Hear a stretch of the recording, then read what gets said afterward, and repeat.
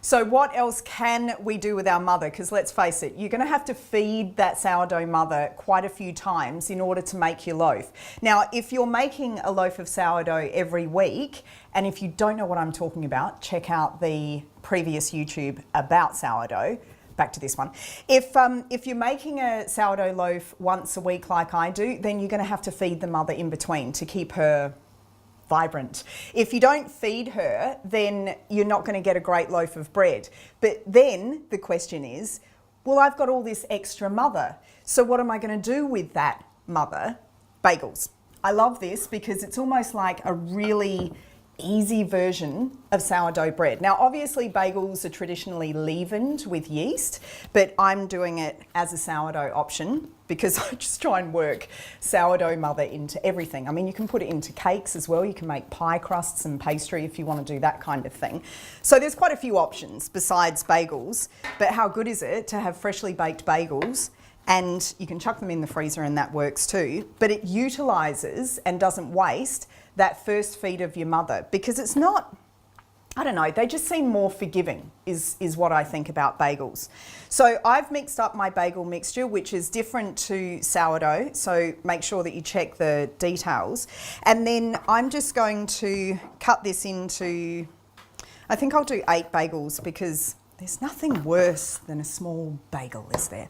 So if we do this in the same kind of stage factor that you do your sourdough, I think that's how it works best. It's really not taxing. Feed your mother to make a bigger, and then once you've made your bigger, do the mix for your bagels, and then that can rise in the afternoon. There's no turning with this.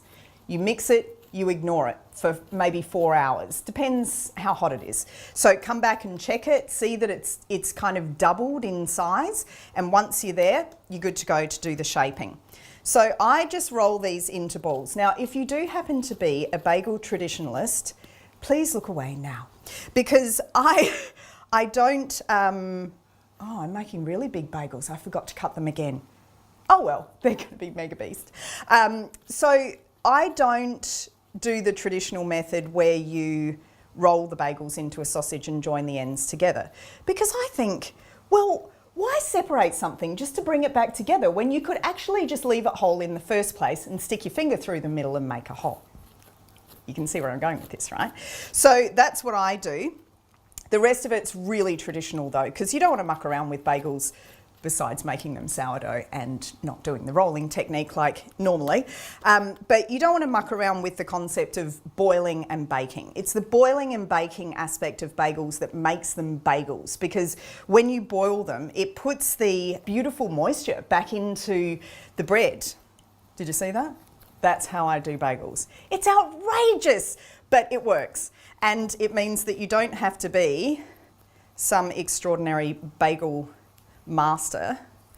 You just need to kind of know how a tractor wheel goes. It's pretty much how this works. See, it all ties in. It's a farm. So basically make your little ball, your little loaf, big thumb, stick it through the middle, and I pinch because you want to seal off the internal outsides. You want to seal off the wall of the hole, I suppose, and then put your 2 index fingers in there, roll them around each other, and then just maneuver it around so that you end up with a bagel. They're not as beautifully shaped as my earlier attempt, and thank goodness we have that, because now we can get on to the point where we boil them. That's actually more interesting. Right, so here we have 8 bagels. Now these have been sitting in the fridge overnight. So this is how you can space it out so that it's not this overwhelming task, and you never end up using your sourdough, you never end up making bread, and you certainly never end up having bagels. It's all doable, but you just need to break it down into chunks so that you don't feel like it's a huge project. It's just a few little ones. And fresh bagels, we mentioned that, right? Fresh bagels. You wake up in the morning, you put these in the oven, fresh bagels. Got to boil them first. So these, once they've been in the fridge, they're a lot easier to handle because they're colder, obviously, so they kind of stick together. Now, I have water boiling with 1/2 cup of brown sugar in there. The sugar is important because that gives it that beautiful glaze when you put it into the oven. And although you might be freaking out that you're going to put this into the water and you're going to have dough soup, I'm telling you, it won't happen. They will absolutely hold together. So don't be fearful. Right, let's do it. So make sure that the water is seriously boiling, because the cold of the bagel is going to drop that as soon as you put the bagel in. So you pop them into the pool, the brown sugar pool, and it's a really fast process. I'm just waiting for this to come back up to the boil. And isn't it just so interesting to watch water boiling? They've basically been in for 30 seconds with their bottoms in the water, and now I'm just flipping them over so that their tops can have a dunk. Don't forget which way is up though, because the pretty side is the side that you want to have at the top when you bake these.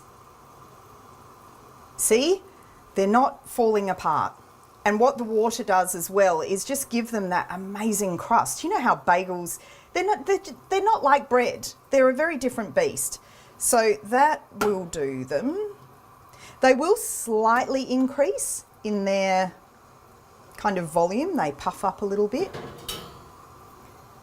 Get as much of the water off as possible, because you're going to use that for the next batch. And we'll come back to pop the sesame seeds on these. Righty-ho. This is the only way that I know how to do this. Again, slightly divergent from the traditional. I just kind of do that. It's high tech, isn't it? Then they go back.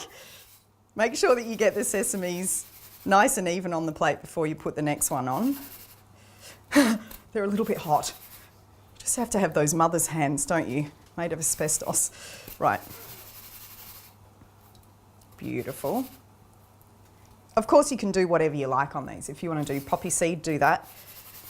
Just don't do it on a first date. We know what happens to poppy seeds. Just straighten the teeth and we will be good to go.